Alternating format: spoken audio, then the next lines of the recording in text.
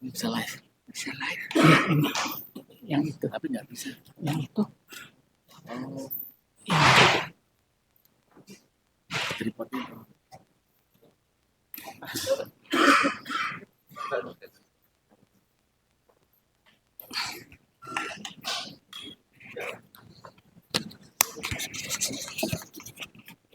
Assalamualaikum. Pasang. Jadi satu. Kebiaran Pak sekarang. Insyaallah.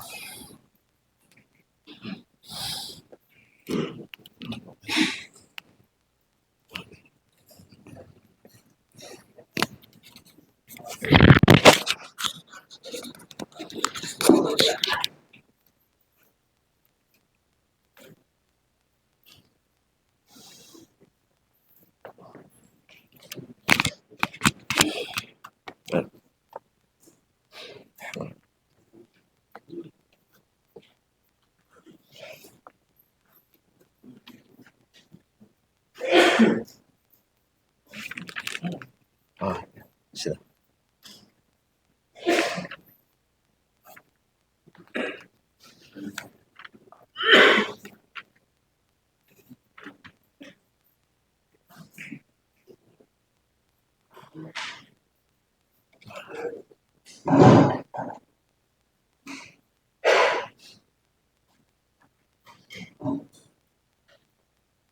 Baik.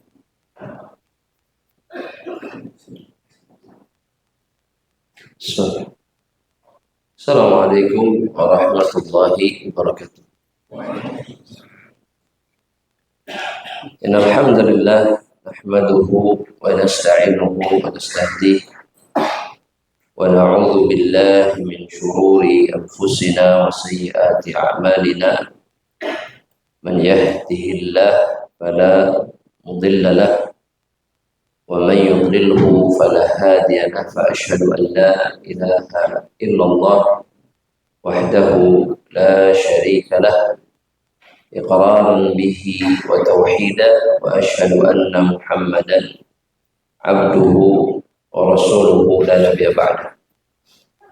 Faqala ta'ala ya ayyuhalladzina amanu ittaqullaha haqqa tuqatih wa la tamutunna illa wa antum muslimun. Ya ayyuhan nasu taqu rabbakumul ladzi khalaqakum min nafsin wahidah wa khalaqa minha zawjaha wa batha minhuma rijalan katsiran wa nisaa'a wattaqullaha alladzi tasaaluna bihi wal arham innallaha kana 'alaikum raqiba. Ya ayyuhalladzina amanu taqullaha wa qulu qawlan sadida yuslih lakum a'malakum wa yaghfir lakum dhunubakum wa man yuti'illaha wa rasulahu faqad faza fawzan 'azima. Fa amma ba'du ibadallah rahimani wa rahimakumullah. Tentunya kita bersyukur kepada Allah Subhanahu wa ta'ala yang telah kembali mengumpulkan kita dalam kesempatan yang kita harapkan menjadi kesempatan yang diberkahi oleh Allah Subhanahu wa ta'ala, untuk kembali bersama-sama memperbaiki diri, khususnya memperbaiki keimanan kepada Allah Subhanahu wa ta'ala. Karena tidak ada satupun di antara kita yang sempurna. Bahkan kita semua, sebagaimana yang dikatakan oleh Nabi Muhammad SAW, adalah para pendosa. Sehingga kehidupan ini sejatinya adalah perjalanan untuk terus memperbaiki diri, memperbaiki iman, memperbaiki amal saleh dan ketakwaan kepada Allah Subhanahu wa ta'ala. Dan tidak ada perkara yang lebih penting kemudian melebihi keimanan kepada Allah Subhanahu wa Ta'ala, yang harus kita senantiasa sempurnakan sebaik mungkin sekuat tenaga. Di antara perkara iman kemudian yang sangat penting dan atau namun banyak yang kemudian dipermasalahkan oleh orang-orang atau sebagian hamba Allah Subhanahu wa Ta'ala adalah keimanan kepada takdir yang ditetapkan oleh Allah Subhanahu wa Ta'ala.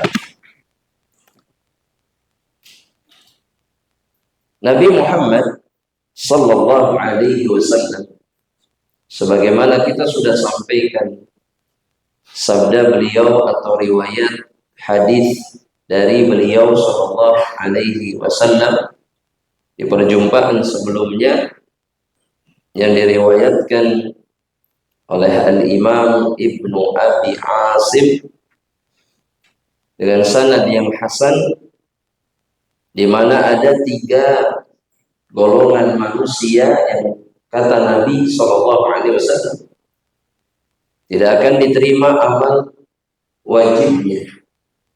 Begitu juga tidak diterima amal sunnahnya. Yang pertama yang disebutkan oleh Nabi adalah akun, orang yang durhaka kepada kedua orang tuanya. Yang kedua adalah mannan, yang suka mengungkit pemberian atau perbuatan baik yang dia lakukan. Kemudian yang ketiga kata Nabi Muhammad SAW adalah mukadzibun bil qadar. Yang ketiga adalah orang yang kemudian mendustakan takdir Allah Subhanahu wa Ta'ala. Karena memang bermunculan hamba-hamba Allah dimulai dari zaman para tabi'in, karena di masa para sahabat ketika Rasulullah sallallahu alaihi wasallam masih hidup tidak ada perbedaan tentang bagaimana caranya mengimani takdir.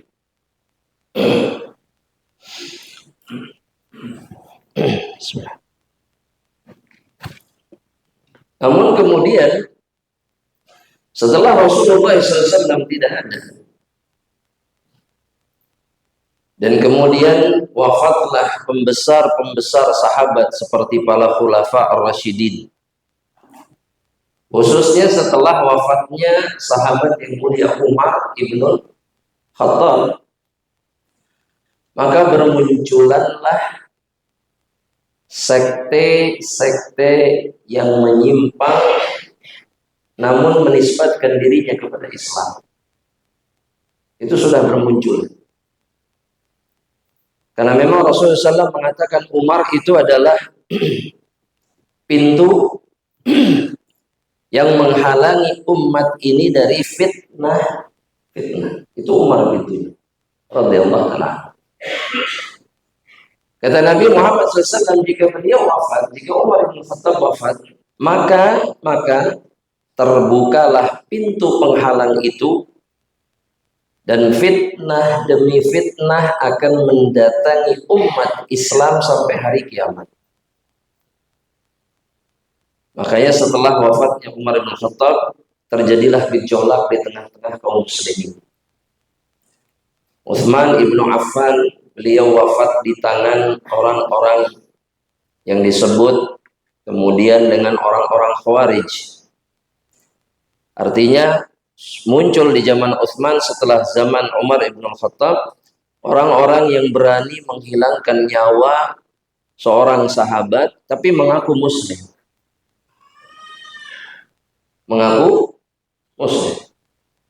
Padahal yang dihilangkan nyawanya adalah laki-laki yang sangat dicintai oleh Rasulullah SAW. Laki-laki yang para malaikat saja malu terhadap beliau. laki-laki yang meminang dua putri Rasulullah Shallallahu Alaihi Wasallam.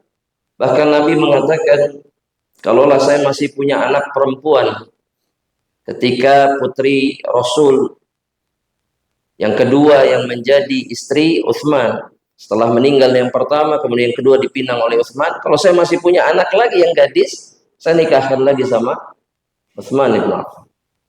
Tapi terbunuh. Bahkan, mohon maaf, dibunuh di dalam rumahnya sendiri, di kota Madinah.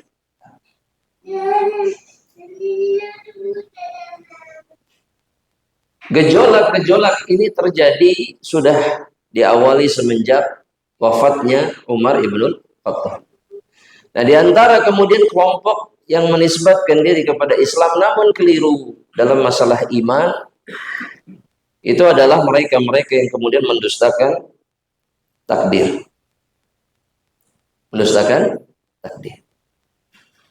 Nah, Al-Imam Az-Zahabi rahimahullah ta'ala, beliau menyebutkan di dalam kitabnya Al-Kabiratu As-Sabi'atu Was-Salasun, Al-Mukadzibu Bil Qadar. Dosa besar yang ke-37 itu adalah mereka yang mendustakan takdir Allah Subhanahu wa ta'ala. Dan di awal dosa besar yang ke-37 ini beliau menyebutkan ayat demi ayat yang menunjukkan akan adanya takdir Allah. Bahwa yang namanya takdir itu ada. Bahwa Allah Subhanahu wa ta'ala telah menetapkan segala sesuatu yang akan terjadi di alam semesta ini 50.000 tahun sebelum Allah menciptakan langit dan bumi. Seperti misalkan dalam surat Al-Qamar ayat yang ke-49, ketika Allah mengatakan, inna kulla syai'in khalaqnahu biqadar. Segala sesuatu ya yang kami atau sesungguhnya segala sesuatu itu kami ciptakan dengan qadar, dengan ketetapan. Atau bahasa yang lebih mudahnya lagi adalah dengan takdir. Atau dalam surat As-Saffat ayat yang ke-96, Allah Jalla Jalaluhu mengatakan, wallahu khalaqakum wa ma ta'malun. Allah lah yang telah menciptakan kalian, begitu juga apa yang kalian lakukan, kata Allah. Ini jelas sekali kalimatnya dalam Al-Quran. Apa yang kalian lakukan, Allah yang menciptakannya 50.000 tahun sebelum Allah menciptakan langit dan bumi. Atau juga kata beliau dalam surat Al-A'raf ayat yang ke-186, yang beliau jadikan hujjah bahwa yang namanya takdir itu ada, ketetapan Allah atas makhluknya itu ada.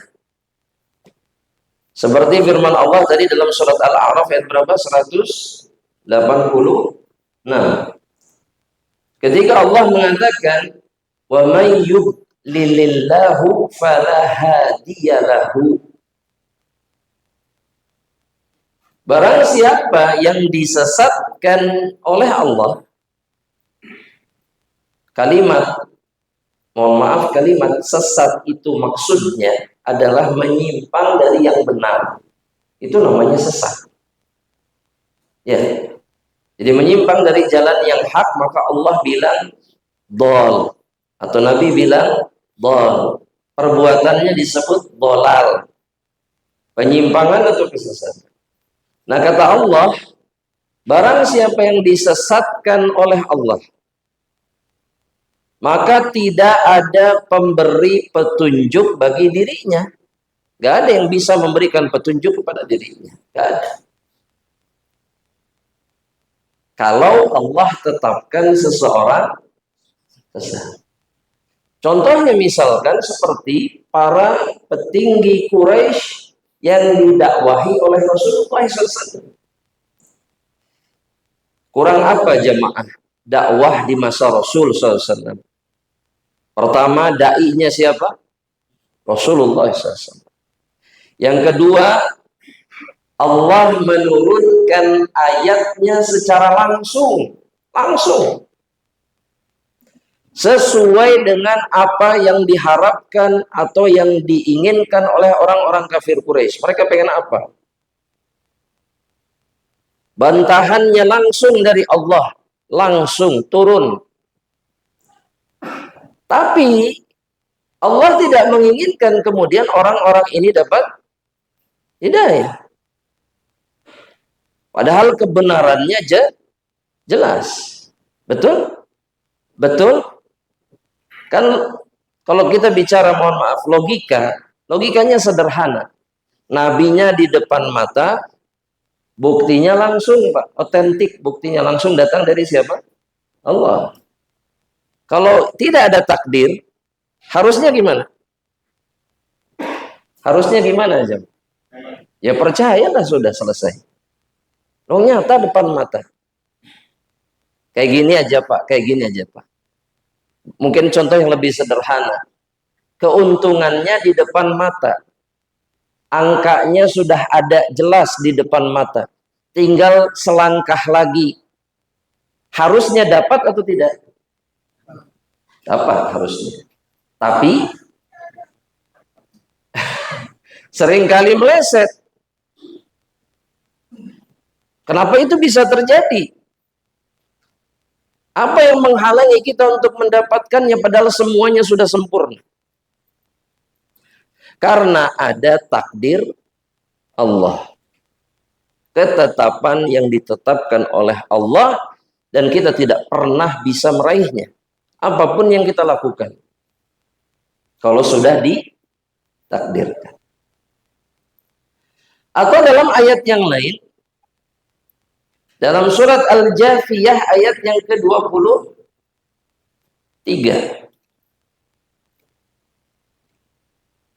Ketika Allah Subhanahu wa taala mengatakan wa adallahu Allahu ala ilmin, Allah sesatkan dia di atas ilmu. Apa yang dimaksud? Ilmunya jelas, tidak ada kesamaran, kebenarannya jelas, tapi Allah sesatkan dia. Allah tetapkan dia di atas kesesatan. Alas. Sesuai dengan kehendak Allah Subhanahu wa ta'ala. Atau ayat yang lainnya. Dalam surat Al-Insan ayat yang ke-30. Ketika Allah, ini hafal insyaallah ya, surat Al-Insan ayat 30. Apa kata Allah? Ini dibaca biasanya di hari apa? Jumat. Di rakaat kedua. Rakaat pertamanya as-sajdah. Masya Allah. Masya Allah. Wa ma tasyauna, kata Allah, illa ayyasha Allah. Tidaklah kalian berkehendak, kata Allah Subhanahu wa ta'ala, kecuali jika Allah berkehendak. Kalian ketika berkehendak menginginkan sesuatu, ya, itu semua di bawah kehendak Allah.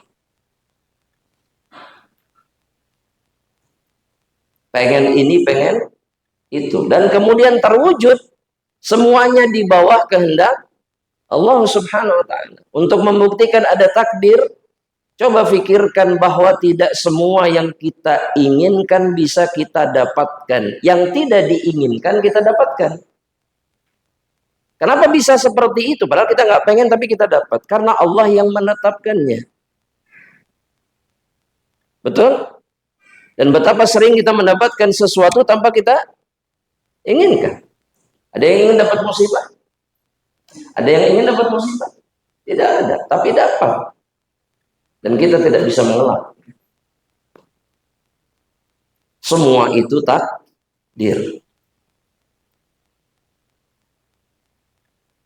Kemudian dalam ayat terakhir yang beliau sebutkan di muqaddimah dosa besar yang ke-37 ini. Dalam surat Asy-Syams di juz terakhir Allah Subhanahu wa taala mengatakan fa'alhamaha fujuraha wa taqwaha. Allah lah yang telah mengilhamkan kefajiran seseorang kepada dirinya, begitu juga dengan ketakwaan. Sampai di sini dulu jemaah. Sampai di sini dulu. Ada yang perlu saya tanyakan terlebih dahulu sebelum saya lanjutkan. Menurut hadirin, sebesar apa hak Allah atas diri kita? Sebesar apa hak Allah atas setiap dari kita ini? Sebesar apa haknya? Hah? Sebesar apa? Kenapa? 100% kita ini milik Allah. Khalas. 100%. Pertanyaan kedua. Apakah Allah Subhanahu wa taala punya hak memperlakukan kita sesukanya? Itu penting, Pak. Karena banyak orang yang kemudian tidak bisa menerima ini. Ya, dengan kalimat-kalimat yang sadar tidak sadar sering muncul. Seperti misalkan mengatakan, "Nah, ya Allah kieu." Betul, Pak? Nah, kieu ya Allah padahal mah rarasaan mah saya teh teu maksiat teuing gitu. Saya teh perasaan mah maksudnya teh saya rada soleh lumayan ya Allah, rajin ke masjid. Tapi kok begini gitu. Padahal hak Allah atas diri kita seperti yang dikatakan Bapak tadi, 100% mutlak Allah bisa memperlakukan kita sesuka Allah. Satu pertanyaan terakhir sebelum kita lanjutkan. Kemudian pertanyaan saya, kalau Allah kemudian menetapkan keburukan menimpa diri kita, Allah zalim atau tidak? Itu yang paling penting. Karena selama ini, meskipun tidak pernah keluar secara sharih, secara jelas dari mulut kita, sikap kita seakan menuduh Allah zalim kepada kita. Padahal Allah Subhanahu wa ta'ala tidak pernah zalim sedikit pun.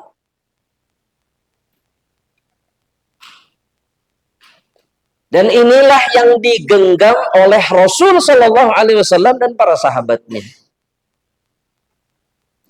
Makanya dalam sebuah athar, ketika muncul golongan kelompok di masa sahabat, yakni dari sebagian kalangan tabi'in di masa itu maksudnya, yang mengatakan bahwa apapun yang terjadi di dunia ini, yang dilakukan manusia dan yang semisalnya itu unf, artinya Allah baru tahu setelah terjadi. Mohon maaf sebesar-besarnya. Di antara aplikasi dari keyakinan seperti ini, bahwa Allah baru tahu setelah terjadi, di antara aplikasinya atau bentuknya adalah kalimat yang sering muncul ya di tengah-tengah kita, apa? Kitalah yang menentukan takdir kita sendiri. Ada kalimat itu, Pak, kita pernah dengar?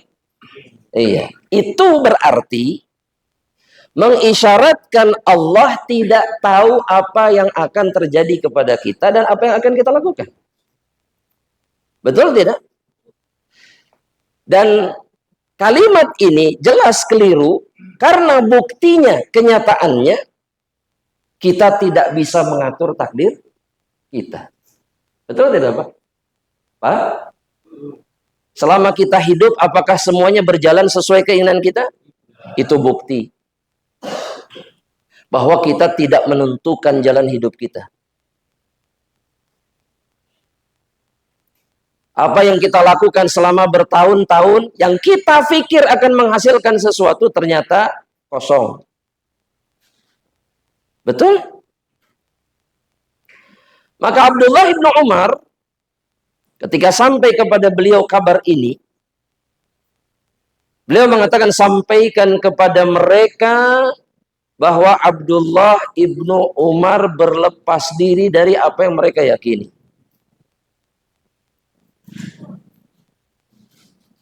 Artinya beliau setuju atau tidak setuju?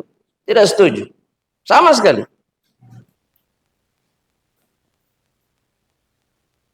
Dan tidak sempurna iman mereka sampai mereka beriman bahwa semua yang terjadi di alam semesta ini ada di bawah takdir Allah.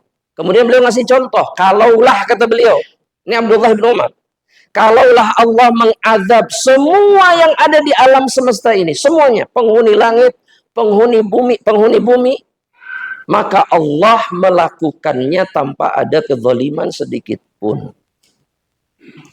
Jadi itu keyakinan para sahabat itu, sebegitunya terhadap takdir Allah. Nah, yang jadi masalah kita sampai saat ini sulit menerima keyakinan yang benar tentang takdir itu karena kita selalu sadar tidak sadar memposisikan seakan Allah zalim sama diri kita. Ya. Dan kita bisa lihat di doa-doa kita sama Allah Subhanahu wa taala. Ya Allah, kenapa saya? Kenapa kami? Kenapa begini? Kenapa begitu? Padahal yang perlu dia katakan adalah, ya Allah, mudahkanlah segalanya untuk diriku, berikan aku kesabaran, berikan takdir terbaik.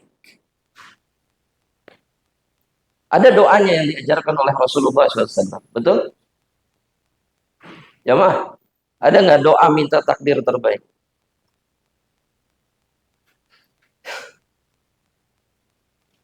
Atau saya tanya, pertanyaan saya rubah, ada nggak doa minta rizki sama Allah? Oh, langsung jawab semua. Karena kita insya Allah tidak pernah luput doa itu. Apa doanya? Saya minta izin untuk berkenan menyebutkan doa minta rizki sama Allah. Apa? Masya Allah, ya Razak, ya Dzul Quwwatil Matin, urzuq nih. Satu. Ayo, doa yang lain. Allahumma inni as'aluka ilman wa rizqan wa amalan. Tiga. Apa doa? Rabbana atina. Selalu ini dipakai untuk minta rezeki sama Allah. Padahal kan bukan khusus minta rezeki doanya. Ya. Terus apa lagi? Allahumma kfini bihalalika an haramika wa aghnini bifadlika amman siwa. Dan doa-doa yang lain. Tapi pernahkah kita meminta takdir terbaik kepada Allah Subhanahu wa taala?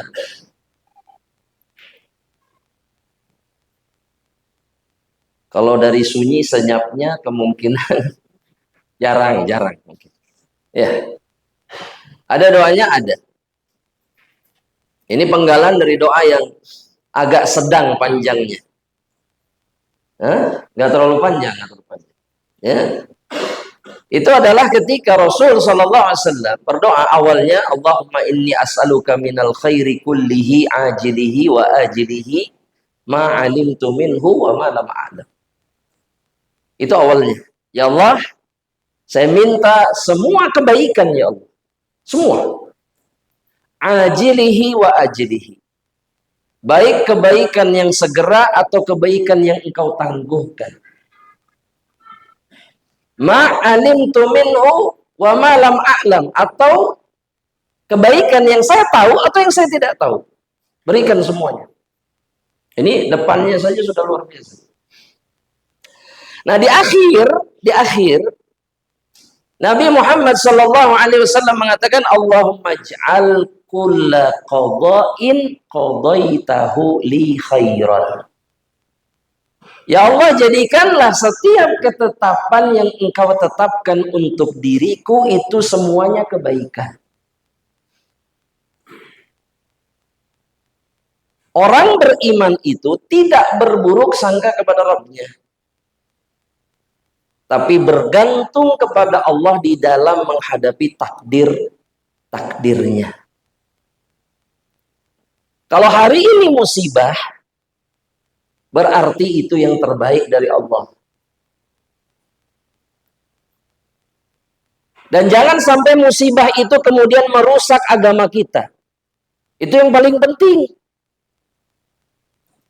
Karena kalau kita kemudian mengeluh atau bahkan menuduh Allah telah melakukan sesuatu yang tidak menyenangkan, rusak agama kita, rusak iman kita, rusak sama Allah.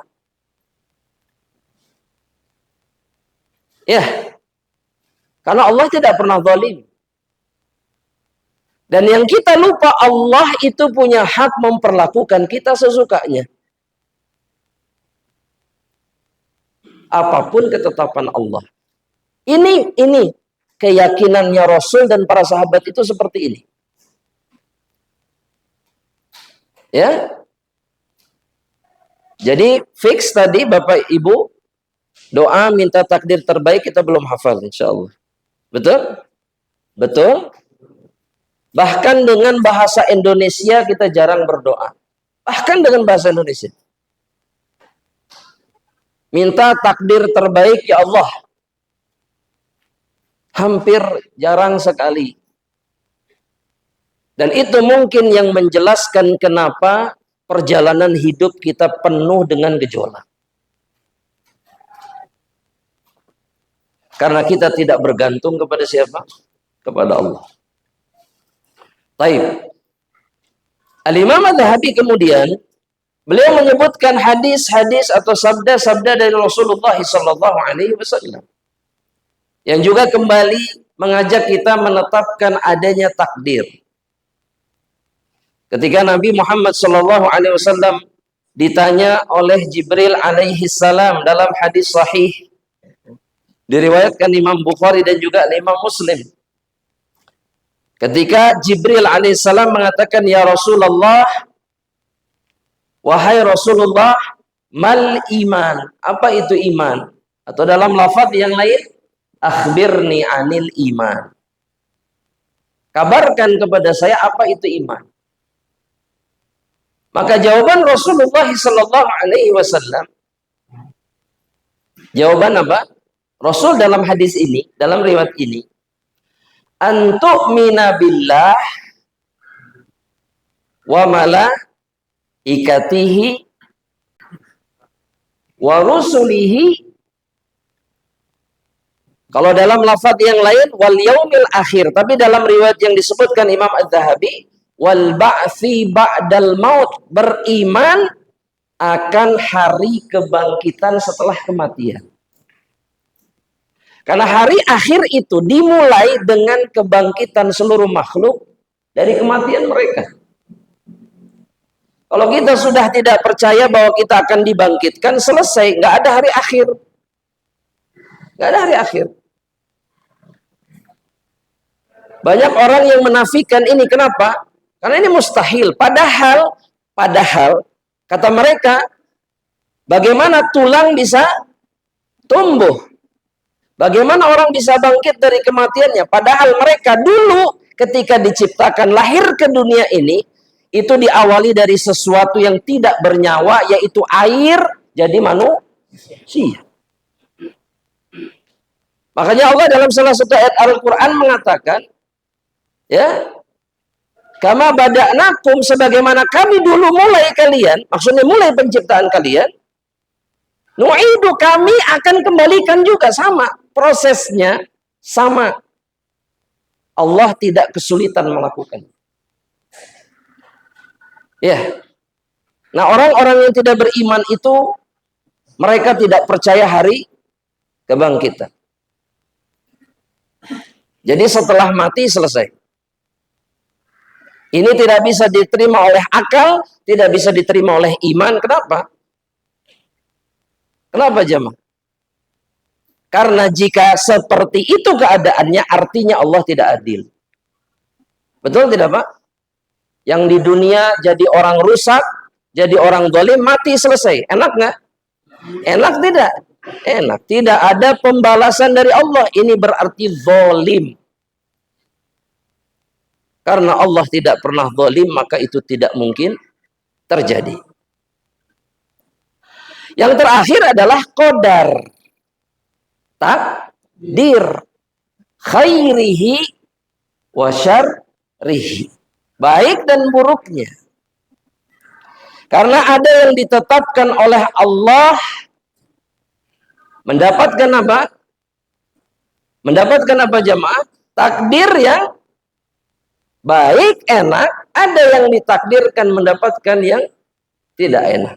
Betul tidak jamaah? Betul tidak jamaah? Betul. Betul, sudah fakta itu. Tapi nah saya nu teu ngeunah takdirna, batur ngeunah. Nah itu masalahnya mas sebetulnya. Bukan kemudian pasrah berikhtiar sekuat tenaga melakukan yang benar, tapi sibuk mengatakan si itu hidupnya enak, saya enggak. Padahal belum tentu di akhir kehidupannya dia sengsara, betul tidak? Betul tidak jemaah? Iya. Para sahabat juga sama, jamaah seperti kita, pikirannya sama tentang takdir. Ketika Nabi bilang semuanya sudah ditetapkan sama Allah, semuanya atau mayoritas dari mereka mengatakan qalu fa fimal amal. Kalau begitu untuk apa beramal ya Rasulullah? Kalau sudah ditetapkan sama Allah. Kan sama yang ada di pikiran kita juga gitu kan? Persis sama, persis.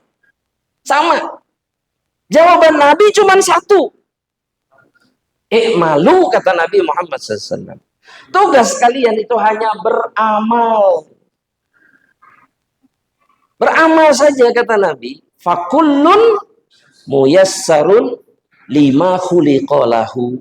Maka setiap dari hamba Allah itu akan dimudahkan oleh Allah untuk mengalami, menjalani seluruh apa yang ditakdirkan kepada dirinya. Coba tanyakan sama diri kita. Kita tahu takdir kita atau tidak Bapak Ibu sekalian? Tidak. Kenapa kemudian kita menuduh Allah menetapkan keburukan kepada kita? Oh, kita nggak tahu. Betul? Tahu nggak? Tahu tidak? Tidak. Maka Nabi memberikan isyarat, sibukkanlah diri kalian dengan amal. Udah, itu aja. Kalaulah Allah takdirkan keburukan, Allah tidak menzalimi hambanya. Jamaah? Jamaah. Sepakat? Alhamdulillah. Kalau begitu, kalau sudah sepakat kita akhiri sampai di sini. Oh belum. Kita masih lanjut jamaah rahmatullah. Sebelum azan, sebelum salat kita lanjutkan. Kemudian jamaah rahmatullah Allah subhanahu wa ta'ala. Ya, Al-Imam Az-Zahabi kemudian baik, berarti kita lanjutkan setelah sholat isya. Wallahu a'lam bishawab.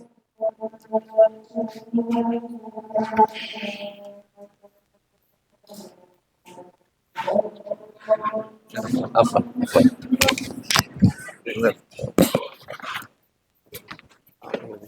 Ini mana mis?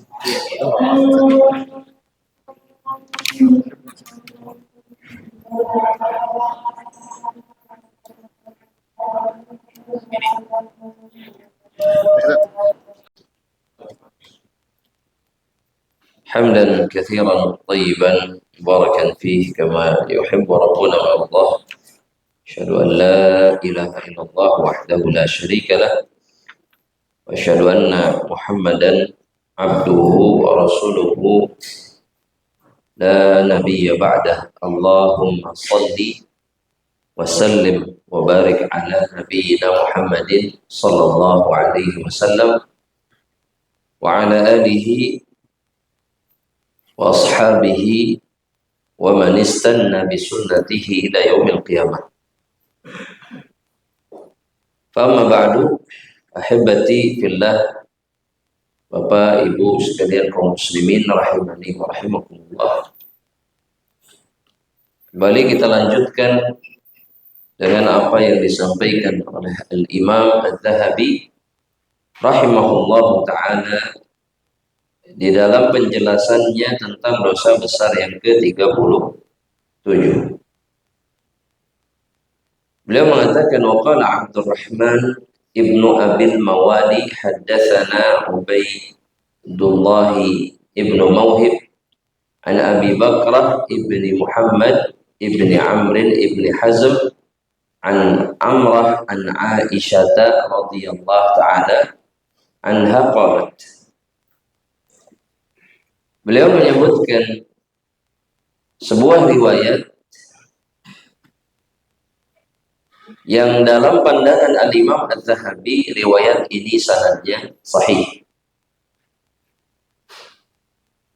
Namun sebagian muhadditsin mengatakan bahwa riwayat ini secara sanad itu dhaif.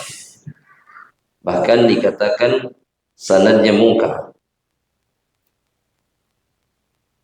Namun kemudian ini dikutip oleh Imam Adz-Dzahabi,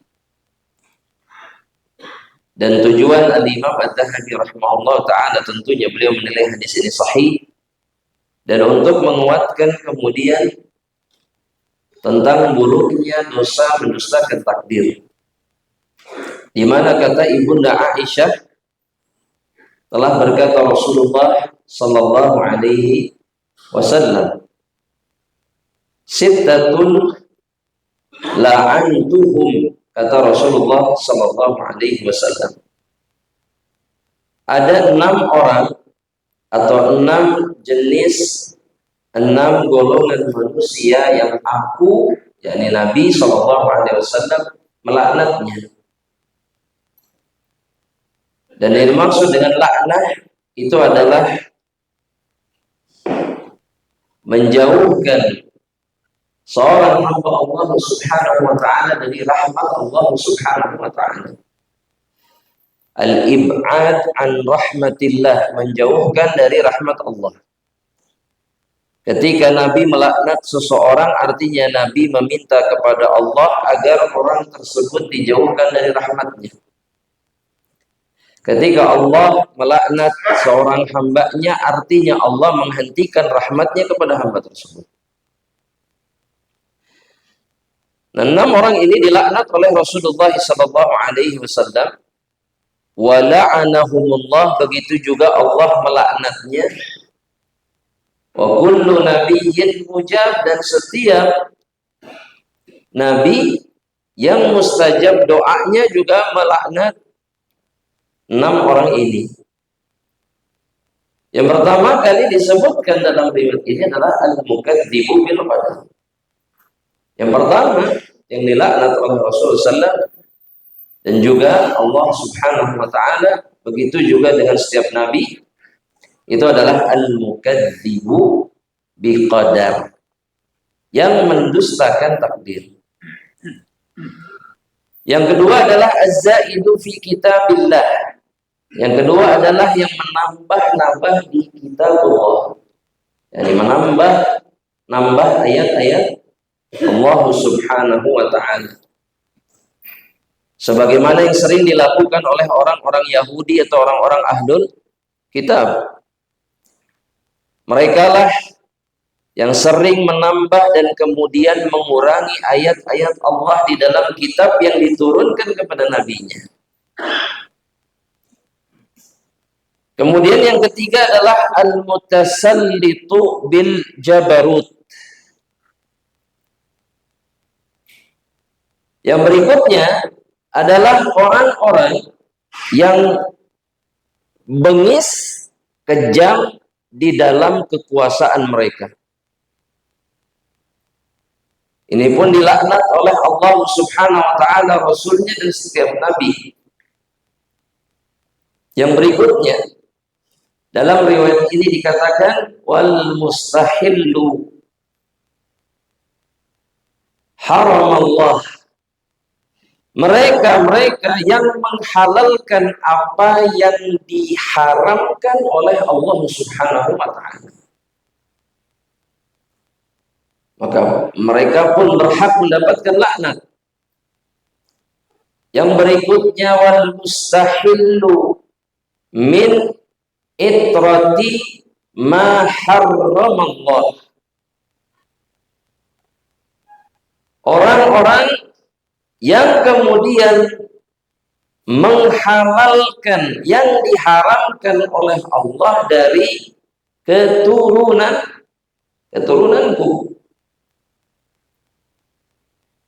Karena semakin tinggi derajat dan kedudukan seseorang, maka semakin berat dosa dan ancaman untuk mereka. Kita tahu di antara hamba-hamba Allah Subhanahu wa taala itrahnya Nabi, keturunannya Nabi Muhammad sallallahu alaihi wasallam. Betul, Nabi Muhammad tidak punya keturunan dari anak laki-laki.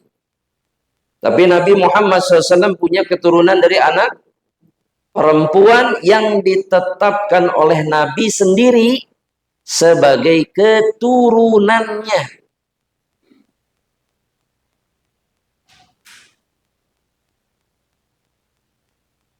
Mereka-mereka yang mengatakan bahwa tidak ada nasab yang bersambung kepada Nabi, itu sama persis seperti yang dilakukan oleh Abu Jahal dan Abu Lahab yang mengatakan bahwa Nabi itu abtar. Nabi itu adalah seseorang yang tidak punya keturunan laki-laki sehingga keturunannya putus. Itu yang nggak disadari oleh kebanyakan orang. Berbeda kasusnya memang untuk Rasulullah SAW. Jelas? Dan kenapa Allah tidak biarkan Nabi memiliki keturunan laki-laki yang hidup sampai dewasa? Karena Nabi telah ditetapkan menjadi Nabi terakhir, sehingga tidak ada alasan lagi untuk kelanjutan kenabian dan kerasulan. Itu alasan. Mudah-mudahan jelas insyaallah ta'ala. Nah, semakin tinggi kedudukan seseorang, seperti mereka adalah keturunan Rasulullah SAW, maka dosa mereka ketika bermaksiat jauh lebih besar. Jadi konsekuensinya berat.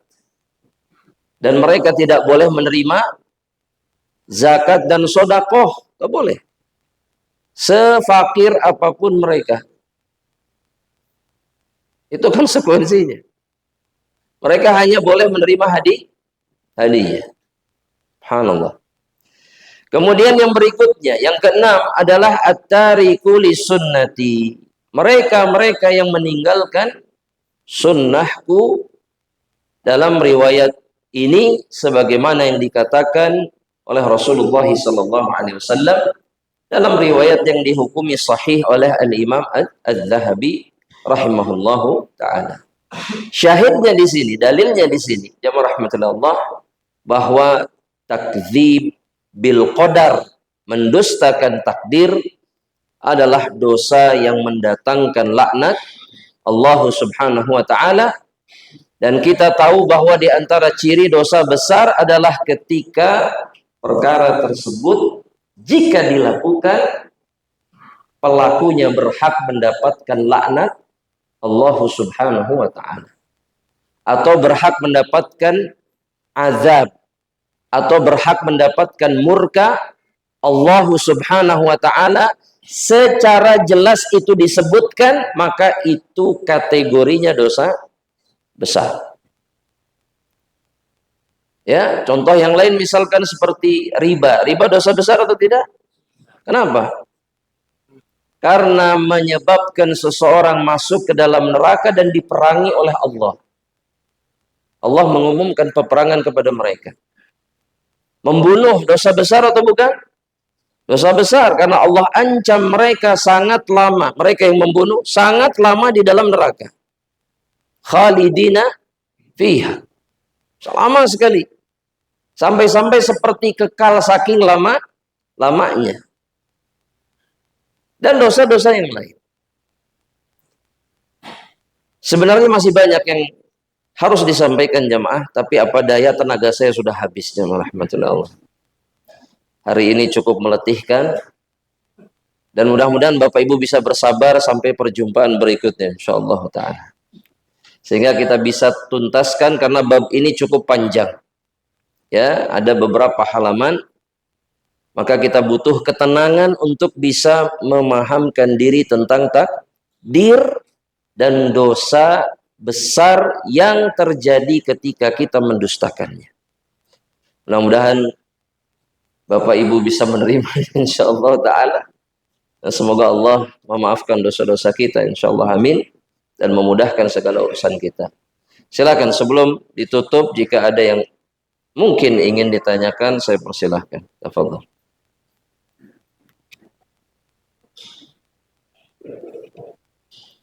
Bismillah. Silakan Pak. Ya.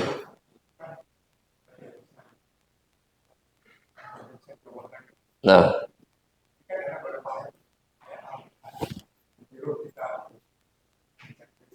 sahih, sahih,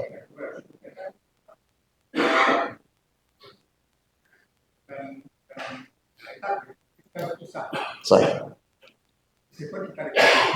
Nah, sahih. Sahih. Nah.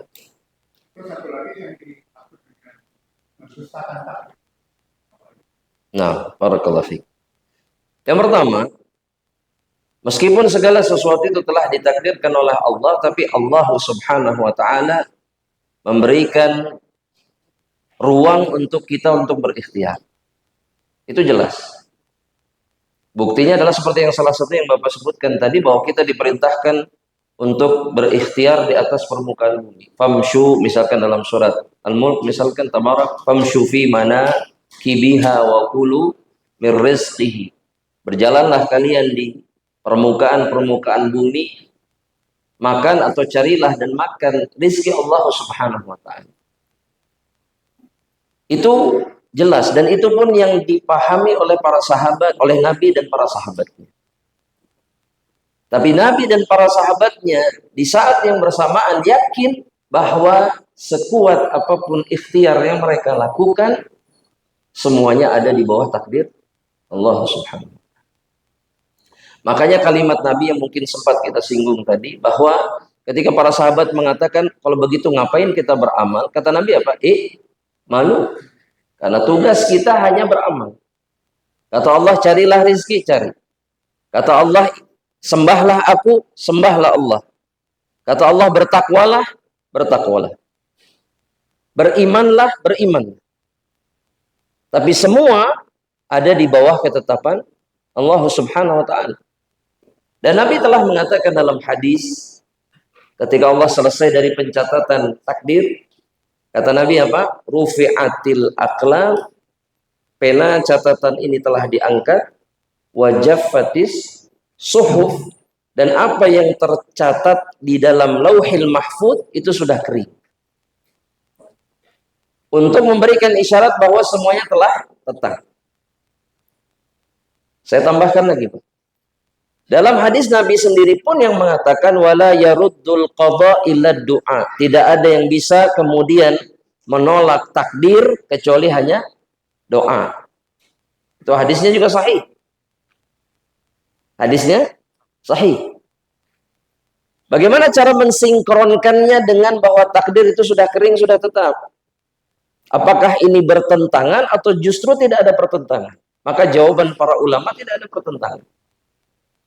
Kenapa? Karena yang difahami atau yang dijelaskan oleh Nabi Muhammad SAW dalam kalimatnya ini, bahwa doa bisa mengubah, mungkin itu yang sering kita dengar ya, bisa mengubah takdir. Jawabannya betul, betul.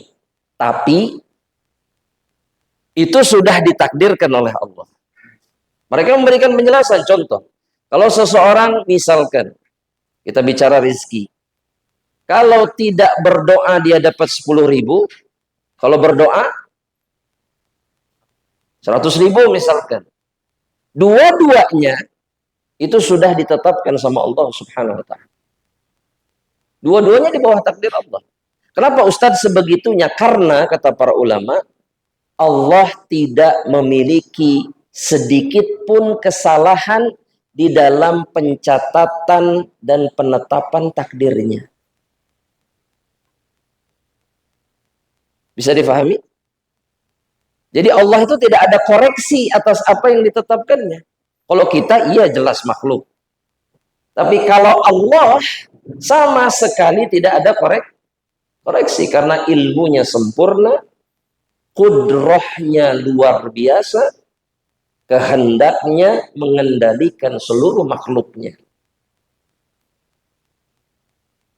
Tugas kita hanya beramal sebaik mungkin. Kita diberikan ruang untuk ingin, untuk berkehendak, iya. Tapi semuanya di bawah kehendak Allah. Nah, yang tidak boleh, kata para ulama, adalah kemudian menjadikan takdir yang sudah tetap ini sebagai dalil bolehnya kita bermaksiat kepada Allah. Saya jadi penzina kan takdir Allah. Tapi kan Anda diberikan kehendak. Dan Anda diperintahkan sama Allah untuk milih yang mana? Zina atau tidak zina? Tidak zina. Bisa difahami? Gak bisa menjadikan takdir sebagai dalil pembenaran atas maksiat. Meskipun maksiat itu memang ditakdirkan oleh Allah Subhanahu wa ta'ala. Karena tugas kita, perintah Allah atas kita cuma satu. Beriman, bertakwa, melakukan yang terbaik. Ini agak susah Ustadz untuk diterima. Bapak, Ibu jangan khawatir. Ini pun awalnya sulit diterima para sahabat. Sama. Bukan Bapak, Ibu saja yang berat ini memikirkan. Makanya para sahabat bertanya sama Nabi, kalau begitu ngapain beramal? Karena berat diterima oleh para sahabat. Tapi Nabi cuma menjawab dengan satu kalimat. I'malu wa kullun muyassarun lima khuliqa lahu. Titik. Mudah-mudahan Allah berikan taufik kepada kita. Dan Bapak Ibu, mintalah kepada Allah agar memudahkan, agar Allah memudahkan kita menyempurnakan iman. Khususnya terhadap takdir. Mudah-mudahan jelas Pak, insya Allah. Mudah-mudahan Allah rahmati kita semuanya, amin. Mungkin satu lagi jam. Ya, pandang silakan. Assalamualaikum. Ada kelompokan dari takdir mu'alaf dan Ya. dari sisi mu'alaf, berarti manusia bisa berubah takdir dalam konteks usaha. Misalnya begini, kita menyeberang nggak usah hati-hati. Kalau terkait gitu, tapi kan kita menyeberang hati-hati sudah berubah. Jasa terbalik malah. Sebagaimana yang dijawab tadi sebetulnya.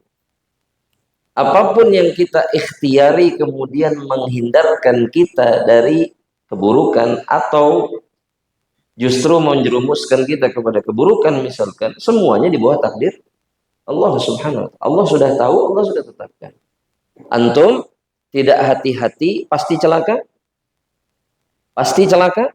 Belum tentu. Antum hati-hati tidak mungkin celaka? Belum tentu juga. Bisa dipahami Pak?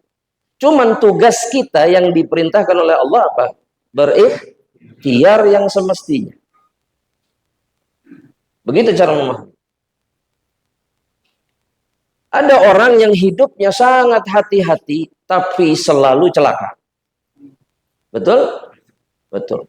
Sudah ekstra, sudah direncanakan berbulan-bulan, bertahun-tahun, gagal semuanya. Betul Pak? Dia sudah melakukan yang benar. Dia sudah melakukan yang benar. Tapi yang harus dia lakukan kemudian ketika ternyata hasilnya tidak sesuai seperti apa yang diharapkan, dia